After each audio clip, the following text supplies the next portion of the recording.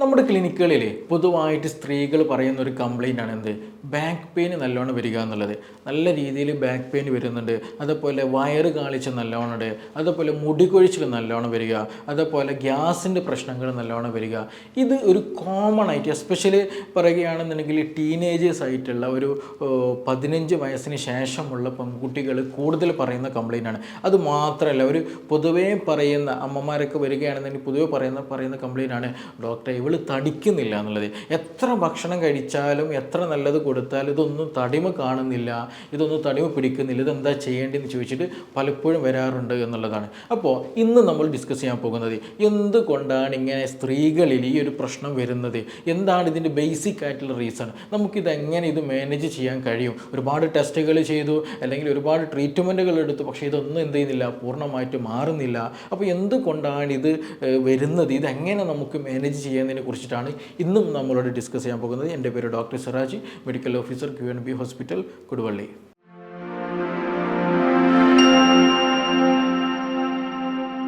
അപ്പോൾ നമ്മുടെ ക്ലിനിക്കുകളിൽ പൊതുവായിട്ട് വരുന്നൊരു സംഗതിയാണ് എന്ത്, ഡോക്ടറെ മുടികൊഴിച്ചിൽ നല്ലോണം ഉണ്ട്, അതുപോലെ ഗ്യാസ്, ഛർദ്ദിക്കാൻ വരുന്ന അവസ്ഥ നല്ലോണം വരിക, നല്ല ക്ഷീണം വരിക എന്നുള്ളത്. പഠിക്കാനൊന്നും കുട്ടിക്ക് താല്പര്യമില്ല, +2-നാണ്, സയൻസാണ് അല്ലെങ്കിൽ കൊമേഴ്സാണ്, മാർക്ക് കുറവാണ്, പഠിക്കാൻ തീരെ താല്പര്യമില്ല. ആദ്യമൊക്കെ നല്ല ഇൻട്രസ്റ്റ് ഉണ്ടായിരുന്നു, പക്ഷേ ഇപ്പോൾ നല്ല ക്ഷീണം പിടിച്ച് കിടപ്പാണ്. ഒരു വൈകുന്നേരം ആയാൽ തന്നെ എന്ത് ചെയ്യും, കുട്ടി ഒരു സൈഡിൽ ഉറങ്ങാൻ പോകുന്ന ടെൻഡൻസി വരിക. ഇങ്ങനെയുള്ള ക്ഷീണം പിടിച്ച പല പ്രയാസങ്ങളും അവർ നമ്മുടെ അടുത്ത് വന്ന് പറയാറുണ്ട് എന്നുള്ളതാണ്. ഇതിനൊരു ബേസിക് റീസൺ എന്ന് പറയുന്നത് പലപ്പോഴും സ്ത്രീകളിൽ പറയാൻ മടിക്കുന്നൊരു സംഗതിയാണ് ലൂക്കോറിയ എന്ന് പറയുന്നത്, അല്ലെങ്കിൽ വെള്ളപ്പോക്ക് എന്ന് പറയുന്നത്. നമ്മുടെ ക്ലിനിക്കലി വരൽ എന്തായിരിക്കും, ഈ പറഞ്ഞതുപോലെ ബാക്ക് പെയിൻ ആണ് ഡോക്ടറെ, മുടികൊഴിച്ചിലാണ് ഡോക്ടറെ, അല്ലെങ്കിൽ ഗ്യാസിൻ്റെ പ്രശ്നമുണ്ട്, ഛർദ്ദിക്കാൻ വരാണ്, തടി വെക്കുന്നില്ല, ഇങ്ങനെയുള്ള കംപ്ലയിൻസുകളായിട്ടാണ് വരാറ് എന്നുള്ളതാണ്. പക്ഷേ നമ്മൾ ഹിസ്റ്ററി എടുത്ത് അവരെ ഇങ്ങനെ ചോദിച്ചു കഴിക്കുമ്പോൾ അവൾ ലാസ്റ്റ് പറയും എന്ത്, ഡോക്ടറെ ഇങ്ങനൊരു പ്രശ്നം കൂടെ ഉണ്ട് എന്നുള്ളത്. അപ്പോൾ ഇതിൻ്റെയൊക്കെ ഒരു ബേസിക് റീസൺ എന്ന് പറയുന്നത് ലൂക്കോറിയ എന്നുള്ളതാണ് നമ്മൾ ആദ്യം മനസ്സിലാക്കണം. അപ്പോൾ ലൂക്കോറിയ എന്ന് പറയുന്നത് വെള്ളപ്പോക്ക്, അസ്ഥിയുരുക്കം എന്നൊക്കെ പല രീതിയിലും പല നാടുകളിലും പല രീതിയിലും പറയാറുണ്ട്. അപ്പോൾ ഈ ലൂക്കോറിയ അല്ലെങ്കിൽ വെള്ളപ്പോക്ക്, അസ്ഥിയുരുക്കം എന്നുള്ളത് ഈ ഒരു സ്ത്രീകളിൽ എന്തുകൊണ്ടാണ് വരുന്നത്, ഇത് നോർമലാണെന്ന് ചില ആളുകൾ പറയുന്നുണ്ട്. ഇത് ഏതൊക്കെ സമയത്ത് നോർമലാകും, ഇത് ഏത് സമയത്ത് നമ്മൾ ട്രീറ്റ്മെൻറ്റ് എടുക്കണം എന്നുള്ളത് നമ്മൾ നിർബന്ധമായിട്ട് മനസ്സിലാക്കേണ്ട സംഗതിയാണ്. അതിൽ ഒന്നാമത് ഈ ഒരു ഫ്ലൂയിഡ് വരുന്നത് സ്ത്രീകളുടെ യോനിയിൽ നിന്നാണ് ഈ ഒരു ഫ്ലൂയിഡ് വരാറുള്ളത്. അപ്പോൾ ഈ ഒരു ഫ്ലൂയിഡ് വരിക എന്ന് വെച്ചിട്ടുണ്ടെങ്കിൽ അത് കോമൺ ആയിട്ട് നടക്കുന്നൊരു സംഗതിയാണ്. അതുകൊണ്ട് ഒരുപാട് പ്രോസസ്സുകൾ അല്ലെങ്കിൽ ഒരുപാട് ഗുണങ്ങൾ നമ്മുടെ ശരീരത്തിൽ കിട്ടുന്നു. അവിടെ ഒരു ഫ്ലൂയിഡ് വരുന്ന കാരണമായിട്ട് യോനി നാളം ക്ലീൻ ആകാനും നല്ല എന്താ പറയുക ഒരു ഫ്ലൂയിഡിറ്റി കിട്ടാനൊക്കെ അത് നന്നായിട്ട് ഹെൽപ്പ് ചെയ്യുന്ന ഒരു സംഗതി കൂടെയാണ്. അപ്പോൾ ഇതുകൊണ്ട് ഒരുപാട് ഗുണങ്ങളുള്ള സംഗതിയാണ് ഇത്. പ്രത്യേകിച്ച് നമ്മൾ നോർമലി ആയിട്ട് ഫിസിയോളജിക്കൽ എന്ത് ചെയ്യും, ഒരു സ്ത്രീയുടെ ശരീരത്തിൽ പലപ്പോഴായിട്ട് ഇത് പ്രൊഡ്യൂസ് ചെയ്യും. അതൊന്നും പ്രശ്നമല്ല, അതൊക്കെ നോർമലി നടക്കുന്നതാണ്. ചില ആളുകൾക്ക് അതും തെറ്റിദ്ധരിക്കാറുണ്ട്, അതും വെള്ളപ്പോക്കാണ് വലിയ പ്രശ്നമാണെന്ന് ധരിക്കാറുണ്ട്. അതിലൊന്ന്, നമ്മൾ പ്യൂബേർട്ടിയുടെ സമയത്ത് ഈ ഒരു കൗമാരപ്രായത്തിലേക്ക് എത്തുന്ന സമയത്ത് മെൻസസ് ഒക്കെ ആ ഒരു പ്രൊഡ്യൂസ് ചെയ്യുന്ന സമയത്ത് പറഞ്ഞതുപോലെ കൂടുതലായിട്ട് സ്ത്രീകളിൽ എന്ത് ചെയ്യും, ലൂക്കോറിയ അല്ലെങ്കിൽ ആ യോനി ദ്രാവകം നല്ല രീതിയിൽ പ്രൊഡ്യൂസ് ചെയ്യും എന്നുള്ളതാണ്. രണ്ടാമത്, കോമൺ ആയിട്ട് എന്ത് ചെയ്യും, എല്ലാ മാസവും നമുക്ക് ഈ ഒരു മെൻസസിന് മുമ്പായിട്ട് എന്ത് ചെയ്യും, ഈ പറഞ്ഞതുപോലെ പല ആളുകൾക്ക് എന്ത് ചെയ്യാറുണ്ട്, ഫ്ലൂയിഡ് കൂടുതലായിട്ട് വരുമെന്നുള്ളതാണ്. ചില ആളുകൾക്ക് അതേപോലെ മെൻസസ് നിന്ന് കഴിഞ്ഞാൽ എന്ത് ചെയ്യും, ആ ഒരു 1-2 ദിവസം ഈ പറഞ്ഞതുപോലെ ഈ ഫ്ലൂയിഡ് കൂടുതലായിട്ട് വരുമെന്നുള്ളതാണ്. ഇനി അതേപോലെ തന്നെ എന്ത് ചെയ്യും, ഇതിൻ്റെ ഇടയിൽ ഇൻ ബിറ്റ്വീനായിട്ട് ഒരു ചില സമയത്ത് ഉണ്ടാകാറുണ്ട്. എസ്പെഷ്യലി ഈ ഒരു അണ്ടം റിലീസ് ചെയ്യുന്ന സമയത്ത്, സ്ത്രീകളുടെ അണ്ടാശയത്തിൽ നിന്ന് അണ്ടം റിലീസ് ചെയ്യുന്ന സമയത്ത് എന്ത് ചെയ്യും, ഈ പറഞ്ഞതുപോലെ യോനി ഭാഗത്തുനിന്ന് കൂടുതലായിട്ട് ഫ്ലൂയിഡ് വരും എന്നുള്ളതാണ്. ഇനി അതേപോലെ തന്നെ ഈ സെക്ഷൽ ഇൻ്റർകോഴ്സിലേക്ക് വരുന്ന സമയത്ത്, സെക്സിനോട് കൂടുതൽ താല്പര്യം വരുന്ന സമയത്ത്, ബന്ധപ്പെടുന്നതിന് മുമ്പായിട്ടും ഈ പറഞ്ഞതുപോലെ ആ സെക്ഷൽ അറോസൽ വരുന്ന കാരണമായിട്ട് പറഞ്ഞ പോലെ എന്ത് ചെയ്യും, ആ ഒരു യോനി ഭാഗത്തുനിന്ന് കൂടുതലായിട്ട് ദ്രവം വരും എന്നുള്ളത് തന്നെയാണ്. അപ്പോൾ ഇതെല്ലതും എന്താണ്, കോമൺ ആയിട്ട് അല്ലെങ്കിൽ ഫിസിയോളജിക്കലി ഒരു സ്ത്രീക്ക് ഉണ്ടാകുന്ന യോനി ദ്രവങ്ങളാണ്. അതൊന്നും എന്തല്ല നമ്മൾ മെഡിസിൻ കഴിക്കേണ്ടതോ അല്ലെങ്കിൽ കൂടുതൽ വറീഡ് ആകേണ്ടതായിട്ടുള്ള ഒരു കണ്ടീഷനും അതിലില്ല എന്നുള്ളതാണ്. പക്ഷേ അതിലെന്താണ് ഈ ഒരു പറഞ്ഞതുപോലെ വേറെ സ്മെല്ലുകളോ അൺവാണ്ടഡ് സ്മെല്ലുകളോ കളർ ചേഞ്ചുകളോ കാര്യങ്ങളോ ഒന്നും ഇല്ലാത്ത നോർമലി ഉണ്ടാകുന്ന ഒരു പ്രൊഡ്യൂസ് ചെയ്യുന്ന ദ്രവമാണ് ഈ പറഞ്ഞതുപോലെയുള്ള ഈ സമയങ്ങൾ, എസ്പെഷ്യലി മെൻസസിന് മുമ്പ് വരിക അല്ലെങ്കിൽ മെൻസസിന് ശേഷം വരിക, ഇനി അതല്ലെങ്കിൽ അണ്ടം പ്രൊഡ്യൂസ് ചെയ്യുന്ന അല്ലെങ്കിൽ അണ്ടം റിലീസ് ചെയ്യുന്ന ആ ഒരു സമയത്ത് വരിക, അല്ലെങ്കിൽ സെക്സിനോട് കൂടുതൽ താല്പര്യം വരുന്ന ആ ഒരു സമയത്ത് കൂടുതലായിട്ട് പ്രൊഡ്യൂസ് ചെയ്യുക. ഇതെല്ലാം എന്താണ് കോമൺ ആയിട്ട് ഉണ്ടാകുന്ന ദ്രവങ്ങളാണ്. അതിൽ പ്രശ്നങ്ങളൊന്നുമില്ല ആ ഒരു സമയത്ത് ഉണ്ടാകുക എന്ന് പറഞ്ഞാൽ. ചില ആളുകൾക്ക് എന്ത് ചെയ്യാറുണ്ട്, ഈ ദ്രാവകത്തിൽ ചില മാറ്റങ്ങൾ ഉണ്ടാകുമെന്നുള്ളതാണ്. ചില ആളുകൾക്ക് എന്ത് ചെയ്യും, നല്ല കളർ ചേഞ്ചുകൾ ഉണ്ടാകും. ചില ആൾക്ക് ബ്ലഡി ആയിട്ട് അല്ലെങ്കിൽ ഡാർക്ക് ബ്രൗൺ ഒക്കെ വരും. എസ്പെഷ്യലി ഇപ്പോൾ മിസ്കറേജ് ഒക്കെ വന്ന സമയത്ത്, ഇപ്പോൾ പ്രഗ്നൻ്റ് ആയിട്ട് ഫസ്റ്റത്തെ മന്ത് അല്ലെങ്കിൽ സെക്കൻഡ് മന്ത് എന്ത് ചെയ്യാൻ അത് എന്ത് ചെയ്യും, ബോഡിയിൽ നിൽക്കാതെ അത് മിസ്കറേജ് സംഭവിക്കുകയാണെന്നുണ്ടെങ്കിൽ അതിൻ്റെ അടയാളമായിട്ട് ചിലപ്പോൾ എന്ത് യോനി ദ്രവത്തിലൂടെ ഈ പറഞ്ഞതുപോലെയുള്ള ബ്രൗണിഷ് ആയിട്ട് അല്ലെങ്കിൽ ബ്ലഡിഷ് ആയിട്ട് എന്ത് ചെയ്യും ഈ ദ്രവം വരും എന്നുള്ളതാണ്. ഇനി മറ്റൊന്നെന്ന് ചോദിച്ചിട്ടുണ്ടെങ്കിൽ പീരീഡ്സിനോട് അനുബന്ധിച്ചുണ്ടാകുന്ന ഈ പറയുന്ന ദ്രവം വരുന്ന സമയത്ത് എന്ത് യോനിയിലൂടെ ആ ദ്രവം പുറപ്പെടുമ്പോൾ ഈ പറഞ്ഞതുപോലെയുള്ള ബ്ലഡിഷ് ആയിട്ട് അല്ലെങ്കിൽ ഡാർക്കിഷ് ആയിട്ടുള്ള രക്തം മിക്സ് ചെയ്തു വരുന്നത് കൊണ്ട് അതിൻ്റെ ഒരു കളർ ചേഞ്ച് ഉണ്ടാകുമെന്നുള്ളതാണ്. ചില ആളുകൾക്ക് എന്ത് ചെയ്യും, ഫംഗൽ ഇൻഫെക്ഷൻ വരും. ചില ആളുകൾ ബാക്ടീരിയൽ ഇൻഫെക്ഷനൊക്കെ വന്നു കഴിഞ്ഞാൽ ഇതിലെന്ത് ചെയ്യും, കളർ നല്ല മാറ്റണം. ചിലവർക്ക് നല്ല യെല്ലോയിഷ് കളർ വരും, അല്ലെങ്കിൽ ഗ്രീനിഷ് കളർ വരിക, അല്ലെങ്കിൽ മറ്റു പല കളർ ചേഞ്ചുകൾ എന്ത് ചെയ്യും, വേരിയൻസുകൾ കാണും എന്നുള്ളതാണ്. അതുമാത്രമല്ല അതിന് കൂടെ എന്ത് സംഭവിക്കാറുണ്ട്, ഈ പറഞ്ഞതുപോലെ നല്ല ഫോൾ സ്മെല്ലും ചിലപ്പോൾ ഉണ്ടാകുമെന്നുള്ളതാണ്. ഫംഗൽ ഇൻഫെക്ഷനൊക്കെ ആണെന്നുണ്ടെങ്കിലൊക്കെ പൊതുവായിട്ട് കണ്ടുവരുന്ന സംഗതിയാണ്. അപ്പോൾ ഈ ഫോൾ സ്മെല്ല് വരിക, നല്ല ബാഡ് സ്മെല്ല് വരിക, അതേപോലെ തന്നെ അതിൻ്റെ ഒരു തിക്നെസ്സിലൊക്കെ നല്ലോണം മാറ്റം വരിക, അതേപോലെ തന്നെ കളർ ചേഞ്ചുകൾ കൂടുതലായിട്ട് മാറ്റി വരിക, ഇത് പൊതുവായിട്ട് ഉണ്ടാകുന്ന കംപ്ലയിൻസുകളാണ്. അപ്പോൾ ഇങ്ങനെയുള്ള പ്രശ്നങ്ങൾ ഉണ്ടോ എന്നുള്ളത് നമ്മൾ നിർബന്ധമായിട്ട് നോക്കണം. അത് എപ്പോഴും എന്ത് ചെയ്യും, പല സമയങ്ങളിലും പുറപ്പെടാതിരിക്കാം. പക്ഷേ എന്താണ് ഈ പറഞ്ഞ കളർ ചേഞ്ചുകൾ, അതേപോലെ തിക്നെസ്സിൽ മാറ്റങ്ങൾ വരിക, അതേപോലെ തന്നെ സ്മെല്ലിൽ മാറ്റം വരുന്നുണ്ടെങ്കിൽ നിർബന്ധമായിട്ടും ഇൻഫെക്ഷൻ ആണോ എന്നുള്ളത് നമ്മൾ നിർബന്ധമായിട്ട് പരിഗണിക്കേണ്ട സംഗതിയാണ്. ഇല്ല എന്നുണ്ടെങ്കിൽ അത് മറ്റു പല ഗർഭപാത്രം വരെ പ്രയാസപ്പെടുത്തുന്ന രീതിയിൽ ഇൻഫെക്ഷൻ കൂടാനുള്ള സാധ്യത വളരെ വളരെ കൂടുതലാണെന്നുള്ളത് നമ്മൾ നിർബന്ധമായിട്ട് മനസ്സിലാക്കുക. ഇനി ഇതിൻ്റെ കൂടെ തന്നെ എന്ത് ചെയ്യും, ഈ ദ്രവങ്ങൾ വരുന്ന സമയത്ത് ഇൻഫെക്ഷൻ ഉണ്ടാകുന്ന സമയത്ത് എന്ത് ചെയ്യും, സ്ത്രീകൾക്ക് അവിടെ ഇച്ചിങ് കൂടുതലായിട്ട് വരിക, ചില ആൾക്ക് നല്ല ഇൻഫെക്ഷൻ കാരണമായിട്ട് പനി വരിക, നല്ല കുളിര് വരിക, നല്ല ക്ഷീണം വരിക, ഛർദ്ദിക്കാൻ വരിക, ഭക്ഷണത്തോട് തീരെ താല്പര്യമില്ലാത്ത അവസ്ഥകൾ, ചില സമയത്ത് നല്ല പനി തന്നെ ഉണ്ടാകുമെന്നുള്ളത് തന്നെയാണ്. അപ്പോൾ അതേപോലെ എന്ത് ചെയ്യും, ഈ ഒരു പീരീഡ്സിലൊക്കെ ബുദ്ധിമുട്ടുകൾ വരിക, നല്ല പെയിൻഫുള്ളായിട്ട് യൂറിനേഷൻ വരിക, ഇങ്ങനെയുള്ള പല പ്രയാസങ്ങളും എന്ത് ചെയ്യും ഇങ്ങനെയുള്ള സ്ത്രീകളിൽ ഉണ്ടാകുമെന്നുള്ളതാണ്. അപ്പോൾ അങ്ങനെയൊക്കെ നമുക്ക് അസുഖങ്ങൾ ബുദ്ധിമുട്ടുകൾ വന്നു കഴിഞ്ഞാൽ നിർബന്ധമായിട്ടും ഡോക്ടറെ കണ്ടിട്ട് ടെസ്റ്റുകൾ നടത്തിയിട്ട് എന്ത് ചെയ്യണം, അതിന് വേണ്ട ആൻറ്റിബയോട്ടിക്കുകളായിട്ടുള്ള കാര്യങ്ങൾ ട്രീറ്റ്മെൻറ്റ് എടുക്കണം എന്നുള്ളത് തന്നെയാണ്. ഇനി ഇത് എന്തുകൊണ്ട് വരും എന്ന് ചോദിച്ചിട്ടുണ്ടെങ്കിൽ ഒരുപാട് കാരണങ്ങളുണ്ട്. അതിൽ ഒന്ന് നമുക്ക് പറയാനുള്ളത്, ഡയബറ്റിക് ഉള്ള ആളുകൾ, സ്ത്രീകളിൽ ഷുഗർ നിങ്ങൾക്ക് കൂടുതലുണ്ട് എന്നുണ്ടെങ്കിൽ എന്ത് ചെയ്യും, പെട്ടെന്ന് ഇൻഫെക്ഷൻ വരുമെന്നുള്ളതാണ്. നമ്മുടെ ശരീരം നമുക്കറിയാം, ഡയബറ്റിക് വന്നു കഴിഞ്ഞാൽ ടോട്ടലി നമ്മുടെ എന്ത് ചെയ്യും, നമ്മുടെ ബോഡി വീക്കായി പോകും, ഇമ്മ്യൂണിറ്റി ഡൗൺ ആകും, മെറ്റബോളിസം കംപ്ലീറ്റ് ഡാമേജ്ഡ് ആയി കളയും, പെട്ടെന്ന് ഇൻഫെക്ഷൻ വരും എന്നുള്ളതാണ്. അപ്പോൾ അതുകൊണ്ട് തന്നെ ഡയബറ്റിക് ഉള്ള ആളുകൾക്ക് ഈ പറഞ്ഞതുപോലെ എന്ത് ചെയ്യും, യോനി ദ്രവം മാറാനും എന്തെങ്കിലും ഫംഗൽ ഇൻഫെക്ഷനോ ബാക്ടീരിയൽ ഇൻഫെക്ഷനൊക്കെ വരാനുള്ള സാധ്യത വളരെ വളരെ കൂടുതലാണ്. ഇനി മറ്റൊരു കാരണം എന്താണെന്ന് ചോദിക്കുകയാണെന്നുണ്ടെങ്കിൽ, ചെറിയ കുട്ടികൾക്കും അല്ലെങ്കിൽ യങ്ങസ്റ്റ് ആയിട്ടുള്ള ആളുകൾ കൂടുതൽ വരാനുള്ള ഒരു പ്രധാന റീസൺ എന്ന് വെച്ചിട്ടുണ്ടെങ്കിൽ സ്ട്രെസ്സാണ്. മാനസിക സമ്മർദ്ദമുള്ള ആളുകൾക്ക് ഇമ്മ്യൂണിറ്റി വീക്ക് ആവുകയും അതുമൂലം ഈ പറഞ്ഞതുപോലെ എന്ത് ചെയ്യും, ലൂക്കോറിയ പോലെയുള്ള അല്ലെങ്കിൽ ഇൻഫെക്റ്റഡ് ആയിട്ടുള്ള ഈ ഒരു ഫ്ലൂയിഡ് പോകാനുള്ള സാധ്യത വളരെ വളരെ കൂടുതലാണ്. അപ്പോൾ നമ്മളെപ്പോഴും എന്ത് ചെയ്യും, മാനസികമായിട്ടുള്ള ഹെൽത്ത് നമ്മളെപ്പോഴും കീപ്പ് ചെയ്യുക. എക്സസൈസ് പോലെയുള്ള യോഗ പോലെയുള്ള മൈൻഡ് കോൺസെൻട്രേഷൻ ചെയ്യാൻ പറ്റാവുന്ന, മൈൻഡ് ഫ്രീ ആക്കാൻ പറ്റുന്ന ഗെയിംസുകൾ, കാര്യങ്ങൾ എപ്പോഴും എൻഗേജ്ഡ് ആക്കാൻ നമ്മൾ നിർബന്ധമായിട്ട് ശ്രദ്ധിക്കേണ്ടതുണ്ട്.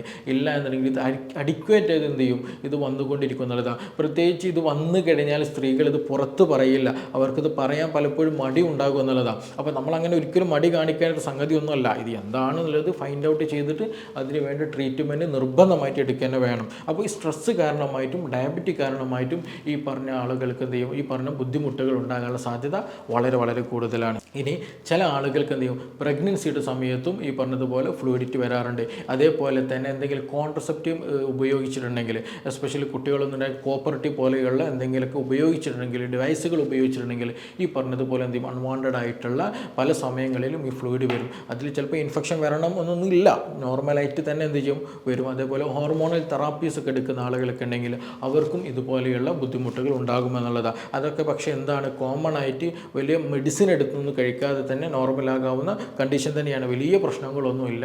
അപ്പോൾ എപ്പോഴും എന്ത് ചെയ്യുക, നമ്മൾ അവെയർ ആയിരിക്കുക ഇങ്ങനെയൊരു പ്രശ്നങ്ങളുണ്ടോ, ഇനി മെഡിസിൻ എടുക്കേണ്ട കണ്ടീഷനാണോ എന്നുള്ളത് മാത്രം മനസ്സിലാക്കുക, ഒരു നിർദ്ദേശം സ്വീകരിക്കുക എന്നുള്ളതാണ്. ഇനി കൂടുതലായിട്ട് നിങ്ങൾ ആൻറ്റിബയോട്ടിക്കുകളൊക്കെ എടുക്കുന്നുണ്ടെങ്കിൽ, എന്തെങ്കിലും ഒരു അസുഖം വന്നിട്ട് ഒരു ആൻറ്റിബയോട്ടിക് കോഴ്സുകൾ നിങ്ങൾ കൂടുതൽ അൺവാണ്ടഡ് ആയിട്ടൊക്കെ എടുക്കുകയാണെങ്കിൽ പ്രത്യേകിച്ച് എന്ത് സംഭവിക്കും, ബോഡിയിൽ ഇൻഫെക്ഷനുള്ള സാധ്യത കൂടുമെന്നുള്ളത്. എസ്പെഷ്യലി ഈസ്റ്റ് പോലെയുള്ള ഇൻഫെക്ഷൻ എന്ത് ചെയ്യും, ഇത് ബാധിക്കാനുള്ള സാധ്യത വളരെ കൂടുതലാണ്. അപ്പോൾ കൂടുതലായിട്ട് നിങ്ങൾ ആൻറ്റിബയോട്ടിക്കുകൾ ഒരു ഡോക്ടർ നിർദ്ദേശത്തോടെ അല്ലാതെ നിങ്ങൾ സ്വന്തമായിട്ട് ട്രീറ്റ്മെൻ്റ് ഒക്കെ തുടങ്ങുന്നുണ്ടെങ്കിൽ, അല്ലെങ്കിൽ സ്വന്തമായിട്ട് ട്രീറ്റ്മെൻറ്റ് ചെയ്തിട്ടുണ്ടെങ്കിൽ ഇതുപോലെയുള്ള ഇൻഫെക്ഷന് സാധ്യത വളരെ കൂടുതലാണ് എന്നുള്ളതാണ്.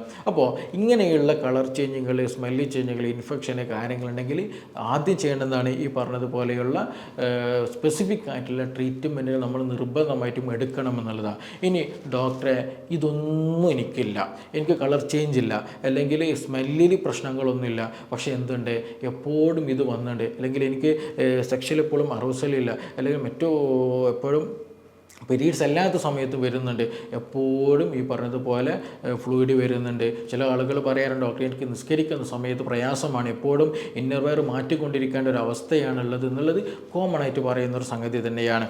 അപ്പോൾ എന്തുകൊണ്ടാണ് ഇങ്ങനെ ആളുകളിൽ ഒരു പ്രയാസം വരുന്നത് ചോദിച്ചിട്ടുണ്ടെങ്കിൽ അവരുടെ മെറ്റബോളിസം പ്രോപ്പർ അല്ലാത്തത് കൊണ്ടാണെന്നാണ് നമുക്ക് സിമ്പിളായിട്ട് പറയാം. മെറ്റബോളിസം പ്രോപ്പർ ആയിരിക്കില്ല. ഇങ്ങനെ വരുമ്പോഴാണ് നമ്മളെടുത്ത് വന്ന് പറയാം, ഡോക്ടറെ കണ്ണെല്ലാം കൂടി ഉള്ളിൽ പോയിക്കണേ, ഇവിടെ എല്ലാം കൂടി ഡാർക്ക് കളർ വരുന്നുണ്ട്, സ്കിന്നെല്ലാം കൂടി ചുക്കി ചുളിയുന്നുണ്ട്, ഗ്യാസിൻ്റെ പ്രശ്നം നല്ലോണമുണ്ട്, മുടി പൊട്ടുന്നു, മുടി കൊഴിയുന്നു, താരൻ്റെ പ്രശ്നമുണ്ട്, ബാക്ക് പെയിൻ്റെ പ്രശ്നമുണ്ട്, മൂത്രമൊഴിക്കുന്ന സമയത്ത് വീണ്ടും മൂത്രം ഒഴിക്കാനുള്ള ടെൻഡൻസി വരുന്നു, ഇങ്ങനെയുള്ള ഒരുപാട് പ്രശ്നങ്ങൾ പറയാറുണ്ട്. ഉറക്കത്തിന് കുറവുണ്ടായിരിക്കും, ടെൻഷൻ കൂടുതലുണ്ടായിരിക്കും, ഇങ്ങനെയുള്ള പല പ്രശ്നങ്ങളും അവർ പറയുമെന്നുള്ളതാണ്. അങ്ങനെയുള്ള ആളുകളെ നിങ്ങൾക്ക് ബോഡി തടിക്കണമെന്ന് താല്പര്യമുണ്ട്, നല്ല ഹെൽത്തി ആയിട്ട് പോകണം താല്പര്യമുണ്ടെങ്കിൽ നിർബന്ധമായിട്ടും ഈ പറയുന്ന കാര്യങ്ങൾ നിങ്ങൾ എന്ത് ചെയ്യണം, ജീവിതത്തിൽ പാലിക്കാൻ ശ്രമിക്കുക എന്നുള്ളത് തന്നെയാണ്. ഇത് പാലിച്ചാൽ തന്നെ എന്ത് ചെയ്യുക, നിങ്ങളൊരു മെഡിസിൻ എടുക്കാതെ തന്നെ എന്ത് ചെയ്യുക, നമുക്ക് നല്ലൊരു ലൈഫ് സ്റ്റൈലിലേക്ക് മടങ്ങാൻ, നല്ലൊരു ഹെൽത്തി ആയിട്ടുള്ള വെയിറ്റിലേക്ക് മടങ്ങാൻ കഴിയും. ഈ ഒരു പറഞ്ഞത് ലുക്കോറിൻ്റെ പ്രശ്നങ്ങൾ കംപ്ലീറ്റ് മാറ്റാൻ കഴിയും, നല്ല ഹൈജീനിക് ആയിട്ടുള്ള നല്ലൊരു ഹെൽത്തി ആയിട്ടുള്ള ലൈഫ് സ്റ്റൈലിലേക്ക് മാറ്റാൻ കഴിയും എന്നുള്ളത് തന്നെയാണ്. അതിലാദ്യം നിങ്ങൾ ചെയ്യേണ്ടത് ഭക്ഷണ സമയത്ത് കഴിക്കുക എന്നുള്ളതാണ്. ഈ പലപ്പോഴും പെൺകുട്ടികൾ എന്ത് ചെയ്യും, അല്ലെങ്കിൽ സ്ത്രീകൾ പൊതുവെ ചെയ്യുന്നത് എല്ലാ പണികളും കഴിഞ്ഞിട്ട് ഭക്ഷണം കഴിക്കുക, അല്ലെങ്കിൽ എൻ്റെ പഠനം കഴിഞ്ഞിട്ട് ഭക്ഷണം കഴിക്കുക, സ്കൂളുണ്ട്, ട്യൂഷൻ ഉണ്ട് എന്ന് പറഞ്ഞിട്ട് എന്ത് ചെയ്യും, ഭക്ഷണം കഴിക്കാതെ സ്കൂളിലേക്ക് പോവുക. ഇങ്ങനെ ഉള്ളൊരു കണ്ടീഷനായിട്ട് എന്ത് ചെയ്യും, ആളുകൾ, കുട്ടികൾ, സ്ത്രീകൾ വീക്കായി പോകുമെന്നുള്ളത് തന്നെയാണ്. അപ്പോൾ അതുകൊണ്ട് തന്നെ അവരുടെ ശരീരത്തിൽ ഹോർമോണൽ ഇംബാലൻസ് നന്നായിട്ട് വരും, തൈറോയിഡ് പോലെയുള്ള പ്രശ്നങ്ങൾ വരും, ഈസ്ട്രോജൻ പ്രൊജസ്ട്രോണിലൊക്കെ നല്ല വേരിയേഷൻസ് വരും. ചില ആളുകൾക്ക് പീരീഡ്സൊക്കെ ഇംബാലൻസ്ഡ് ആകാനുള്ള പ്രധാന റീസൺ എന്ന് പറയുന്നത് ഈ ഒരു വേണ്ട ഫുഡുകൾ കഴിക്കില്ല, അത് വേണ്ട സമയത്ത് കഴിക്കില്ല എന്നുള്ളത് തന്നെയാണ്. അത് കാരണമായിട്ട് എന്ത് ചെയ്യും, ഗ്യാസ്ട്രിക് ഇഷ്യൂസുകൾ നല്ലോണം, ഹൈപ്പർ അസിഡിറ്റി നല്ലോണം പ്രശ്നങ്ങളുണ്ടാകും, മൈഗ്രെയിന് പോലെ പ്രശ്നങ്ങളുണ്ടാകും. ശരിയായ രീതിയിൽ നമ്മുടെ ശരീരത്തിൽ വേണ്ട സിങ്ക്, അതുപോലെ കാൽസ്യം, അതുപോലെ വൈറ്റമിൻ സി ഒന്നും ലഭിക്കാത്തത് മൂലമായിട്ട് മുടി കൊഴിച്ചൽ, മുടി പൊട്ടൽ, മുടിയുടെ ആ ഒരു തിക്നെസ് ഒക്കെ നഷ്ടപ്പെടുന്ന കണ്ടീഷൻ പല ആളുകൾക്കും ഉണ്ടാകും. അതേപോലെ തന്നെയാണ് കൈകാലുകളിൽ പെയിൻ വരിക, കാൽസ്യം ഡെഫിഷ്യൻസി നല്ലോണം ഉണ്ടായിരിക്കും, അതുപോലെ വൈറ്റമിൻ ഡി ഡെഫിഷ്യൻസി നല്ലോണം ഉണ്ടായിരിക്കും എന്നുള്ളതാണ്. അപ്പോൾ നമ്മൾ സമയത്തിന് എന്ത് ചെയ്യുക, ഭക്ഷണം കഴിക്കാൻ ശ്രദ്ധിക്കുക, നല്ല രീതിയിൽ എന്ത് ചെയ്യണം, വേണ്ടതൊക്കെ കഴിക്കണം, എന്തെങ്കിലും ഒഴിവാക്കുകയൊന്നും ചെയ്യേണ്ട ആവശ്യമില്ല. പക്ഷേ എന്ത് ചെയ്യുക, കഴിക്കുമ്പോൾ ബേക്കറി ഐറ്റംസുകൾ കംപ്ലീറ്റ് ഒഴിവാക്കിക്കണം. ചില കുട്ടികൾക്ക് കൂടുതൽ ലൈസ് പോലെയുള്ള പ്രൊഡക്റ്റുകൾ കൂടുതൽ കഴിക്കുക, കൂടുതൽ മിക്സറുകൾ, അല്ലെങ്കിൽ കൂടുതൽ അങ്ങനത്തെ ബേക്കറി ഐറ്റംസുകൾ എന്ത് ചെയ്യുക, അത് അമിതമായിട്ട് കഴിക്കുന്ന ശീലങ്ങളുണ്ടെങ്കിൽ അതൊക്കെ നിർബന്ധമായിട്ടും ഒഴിവാക്കണം. ഫ്രൂട്ട്സ് ആൻഡ് വെജിറ്റബിൾസ് നന്നായിട്ട് കഴിക്കാൻ ശ്രദ്ധിക്കുക എന്നുള്ളതാണ്. കാരണം നമ്മുടെ ശരീരത്തിന് വേണ്ട മിനറൽസുകൾ, വൈറ്റമിൻസുകൾ കാര്യങ്ങളൊക്കെ ലഭിക്കുന്നത് ഈ പറയുന്ന ഫ്രൂട്ട്സ് ആൻഡ് വെജിറ്റബിൾസുകളിലൂടെയാണ്. അപ്പോൾ അത് നമ്മൾ നിർബന്ധമായിട്ട് കഴിക്കുക. അതുപോലെ ചിക്കൻ, ഒരുപാട് സ്ത്രീകൾ, പെൺകുട്ടികൾ പലപ്പോഴും പറയുന്ന കംപ്ലയിൻ്റാണ്, അല്ലെങ്കിൽ അവർ ഹിസ്റ്ററി എടുക്കുമ്പോൾ നമുക്ക് മനസ്സിലാകുന്ന സംഗതിയാണ്, ചിക്കന് നല്ലോണം അഡിക്റ്റഡ് ആയിരിക്കും എന്നുള്ളതാണ്. ഭക്ഷണം കഴിക്കണം എന്നുണ്ടെങ്കിൽ ചിക്കൻ ഇല്ലാണ്ട് കഴിക്കൂല എന്നുള്ള ടെൻഡൻസി ഇന്നും നമ്മുടെ കേരളത്തിൽ പല വീടുകളും നടക്കുന്നൊരു സംഗതിയാണ്. ഒരിക്കലും നിങ്ങളങ്ങനെ ചെയ്യരുത്. ആവശ്യത്തിന് കഴിക്കുക. എസ്പെഷ്യലി അവർക്ക് ബ്രോസ്റ്റ് വേണ്ടി വരും, അൽഫാം വേണ്ടി വരും, തന്തൂരി വേണ്ടി വരും എന്നുള്ളത് തന്നെയാണ്. അതൊരിക്കലും ചെയ്യരുത്. നിങ്ങൾ നിങ്ങൾക്ക് ചിക്കൻ കഴിക്കണം എന്നുണ്ടെങ്കിൽ മിതമായ തോതിൽ എന്താ ആഴ്ചയിൽ 2-3 ദിവസമൊക്കെ കുറഞ്ഞ എമൗണ്ട് ആവശ്യത്തിന് മാത്രം എന്ത് ചെയ്യുക, കറി വെച്ചിട്ടോ അല്ലെങ്കിൽ മന്തിയിലൊക്കെ ഉണ്ടാക്കുന്ന കുഴിമന്തിയിലൊക്കെ ഉണ്ടാക്കുന്ന നമ്മൾ പുഴുങ്ങിയ ചിക്കനൊക്കെ ഉണ്ടല്ലോ അങ്ങനെയൊക്കെ മാത്രം എടുക്കാൻ ശ്രദ്ധിക്കുക, അതും മിതമായ തോതിൽ. അതേസമയം ഭക്ഷണത്തിൽ നമ്മുടെ പാൽ ഉൽപ്പന്നങ്ങളൊക്കെ കൂട്ടുക എന്നുള്ളതാണ്. ഫ്രൂട്ട്സ് വെജിറ്റബിൾസിന് കൂടെ തന്നെ എന്ത് ചെയ്യുക, പാല്, തൈര്, മോര് പോലെയുള്ളതൊക്കെ കൂട്ടുക. പക്ഷേ എന്ത് ശ്രദ്ധിക്കണം, സുറുക്ക് നിങ്ങൾ ഒഴിവാക്കണം. ഉപ്പിലിട്ടതും എരിവുള്ളതുമായിട്ടും അതുപോലെ കരിച്ചതും വറുത്തതുമായിട്ടുള്ള എല്ലാ ഭക്ഷണ പദാർത്ഥങ്ങളും നിങ്ങൾ നിർബന്ധമായിട്ടും ഒഴിവാക്കുക. നല്ല രീതിയിൽ വെള്ളം കുടിക്കുക എന്നുള്ളതാണ്. അപ്പോൾ ഇങ്ങനെയൊക്കെ ചെയ്യുമ്പോൾ തന്നെ നമ്മുടെ ശരീരത്തിന് വേണ്ടിയിട്ട് അത്യാവശ്യമായിട്ട് വേണ്ടിയിട്ടുള്ള ജലാംശം ലഭിക്കും, വൈറ്റമിൻസ് ലഭിക്കും, മിനറൽസ് ലഭിക്കും, നമ്മുടെ ഹോർമോൺ മെറ്റബോളിസം പ്രോപ്പറായിട്ട് വരും, നമുക്ക് ദഹന പ്രക്രിയ പ്രോപ്പറായിട്ട് വരും, മുടി കൊഴിച്ചിൽ, മുടി പൊട്ടൽ, ഉറക്കമില്ലാത്ത പ്രശ്നങ്ങൾ, ശോധനവുമായി ബന്ധപ്പെട്ട പ്രശ്നങ്ങൾ, ഗ്യാസ് സംബന്ധമായ പ്രശ്നങ്ങൾ, ഇങ്ങനെയുള്ള ഒട്ടുമിക്ക എല്ലാ അസുഖങ്ങളും നമുക്ക് പൂർണ്ണമായിട്ടും മാറ്റാൻ കഴിയുമെന്നുള്ളതാണ്. അപ്പോൾ ഇങ്ങനെയുള്ള ലൂക്കോറിയ പ്രശ്നമുള്ള ആളുകൾ, തടിയൊക്കെ കുറഞ്ഞ ആളുകൾ എന്ത് ചെയ്യുക, ഈ പറയുന്ന പോലെ ഭക്ഷണങ്ങളൊക്കെ ക്രമീകരിക്കുക, സമയത്തിന് ഉറങ്ങാൻ കൂടെ ശ്രദ്ധിക്കേണ്ടതുണ്ട്.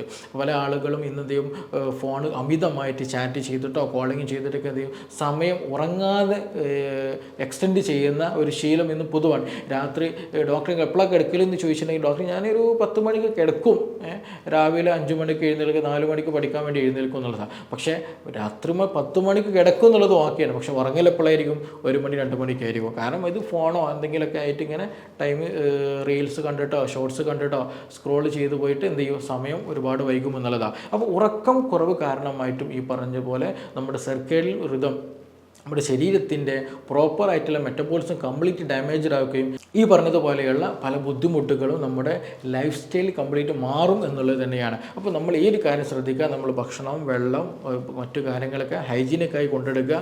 അങ്ങനെ നിങ്ങൾ പ്രോപ്പറായിട്ട് കൊണ്ട് നടക്കുകയാണെന്നുണ്ടെങ്കിൽ ഈ പറഞ്ഞ പ്രശ്നം നമുക്ക് പ്രോപ്പറായിട്ട് നല്ല കംപ്ലീറ്റ് മാറ്റാൻ പറ്റുന്നത് തന്നെയാണ്. അപ്പോൾ നിങ്ങളുടെ ഈ ലൂക്കോറിയയുടെ ബുദ്ധിമുട്ടിൽ എന്തെങ്കിലും ഇൻഫെക്ഷൻ ഉണ്ടോ എന്നുള്ളത് ഫൈൻഡ് ഔട്ട് ചെയ്യണം. എന്നിട്ട് അതിന് പ്രോപ്പറായിട്ട് ട്രീറ്റ്മെൻറ്റ് എടുക്കണം. അല്ലെങ്കിൽ അതിൽ ഇൻഫെക്ഷൻ ഒന്നുമില്ല, ഇത് കൂടുതലായിട്ട് വരുന്നുണ്ട്, മെറ്റബോളിസം ഡാമേജ്ഡ് ആയിട്ടാണെന്നുണ്ടെങ്കിൽ എന്ത് ചെയ്യണം, ഈ പറഞ്ഞതുപോലെ ഭക്ഷണവും ഉറക്കവും മറ്റു കാര്യങ്ങൾ നിങ്ങൾ പ്രോപ്പറായിട്ട് കൊണ്ടുവെടുക്കുക.